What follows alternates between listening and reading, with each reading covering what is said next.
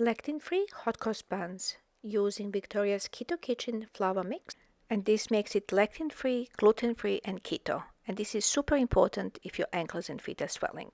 We have 2 cups here, and for the liquids, half a cup of cream with a half a cup of warm water. Now don't be scared, I'm just putting 1 teaspoon of sugar. This is for the yeast. It will still be keto. This is just so the yeast starts rising. If you don't want to use it, you can use allulose.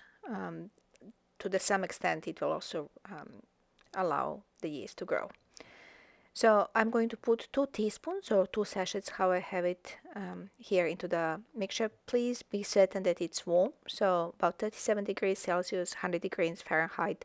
You don't want to kill your yeast. And we're going to just mix everything really well. Now, while the yeast is slowly starting to grow, we're going to have another look at the 2 cups of Victoria's Keto Kitchen perfected flour, and I'm going to link her original recipe in the description.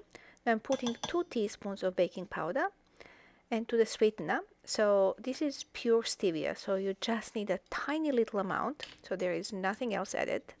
And I'm going to put half a teaspoon. Half a teaspoon equals like a whole cup of sugar.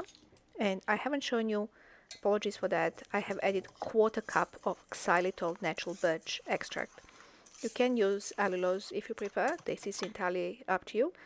I really appreciate the mix of stevia and xylitol.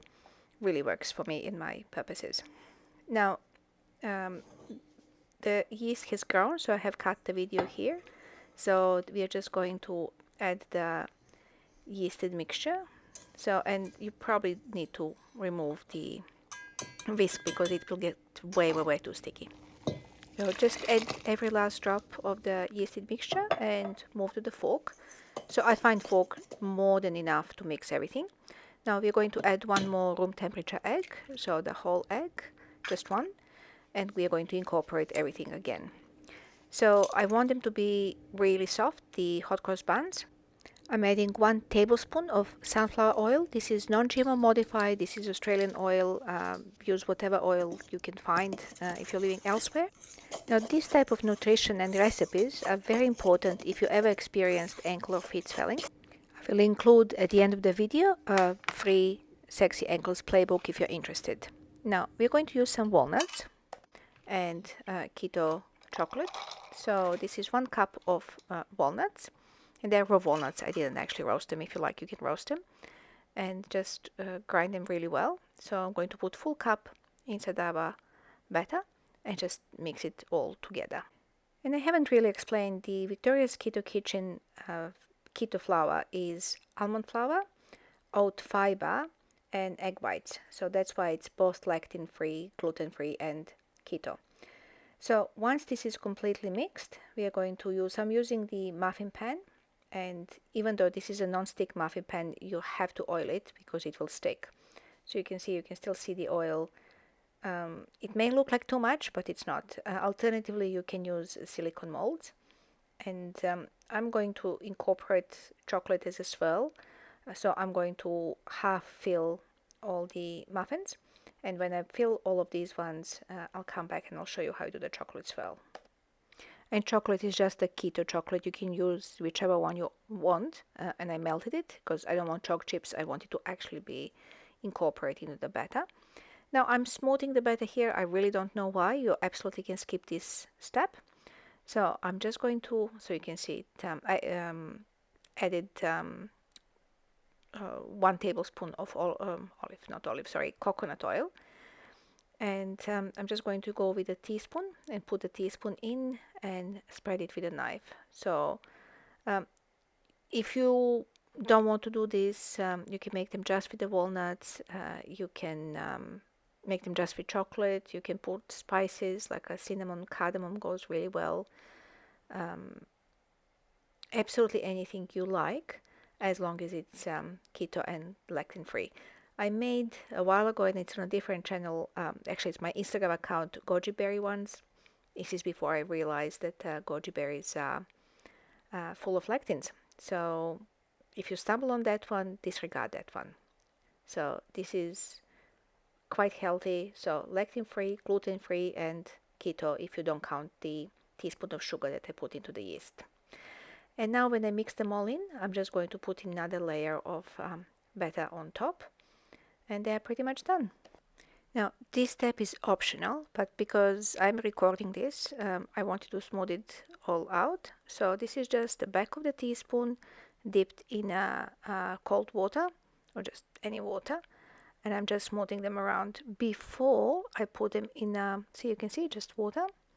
So no oil, just water, and my oven is already preheated, and that is 180 C, and I'll check how much in Fahrenheit it is. It will be in the link, description, the actual temperatures.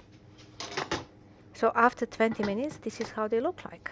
So as you can see, I got 9, and they're generous size. Let's see if they're cooked. So you want them completely cooked.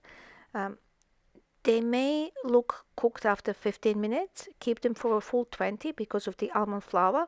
It actually needs a little bit of time to get dry. So they're just slightly cooled, so they're very sticky. You have to be very careful how you're taking them out, or use a silicone liner and it will be completely fine. So a little bit of effort. And I just want to show you the bottom. So this is not a perfect one, but just so you know what to expect. See, I wasn't careful enough. I could have taken it out without losing any of the batter. And this is warm, so this is not hot, but it's not cold either. If you wait till they're cold, you will not be able to take them out. So just a little bit uncomfortable on touch, and it will be perfect for taking out. So let's just see this one. And you can use a blunt knife. You can use, this is offset spatula, and just go underneath the hot cross bun really well. And look at that. That is perfect. And they're quite light, and just look how it looks with the swirl inside, and perfectly cooked. So these are still warm. You don't have to wait to cool down. You can eat them straight away, and they smell amazing. Yep, they are delicious. So I highly recommend making it. It's not difficult. There is no dough rising. There's no and you can see how spongy they are. They're absolutely delicious. So thank you so much, Victoria's Keto Kitchen. I link her original flour recipe. It is just amazing. So they wouldn't be hot cross buns if you don't put crosses on top. So I just pour the chocolate, the keto chocolate, in the piping bag. You can do it however you like it. I'm really not good at this. Another thing you can do is just mix a bit of almond flour with the chocolate or cacao, and just put it on the on the hot cross buns before you bake them. So that will work as well. I made a few versions of this, and apologies for my piping, but you will not regret making this. And they do not taste as gluten-free or keto hot cross buns. They're very much like your regular buns. Look how delicious it looks. If you make them, please let me know. Please let Victoria's Keto Kitchen know. They're just perfect. And as promised, if you ever suffered from the ankle or feet swelling, there is a link in description about the free Sexy Ankle Secret playbook copy. So click on the link below.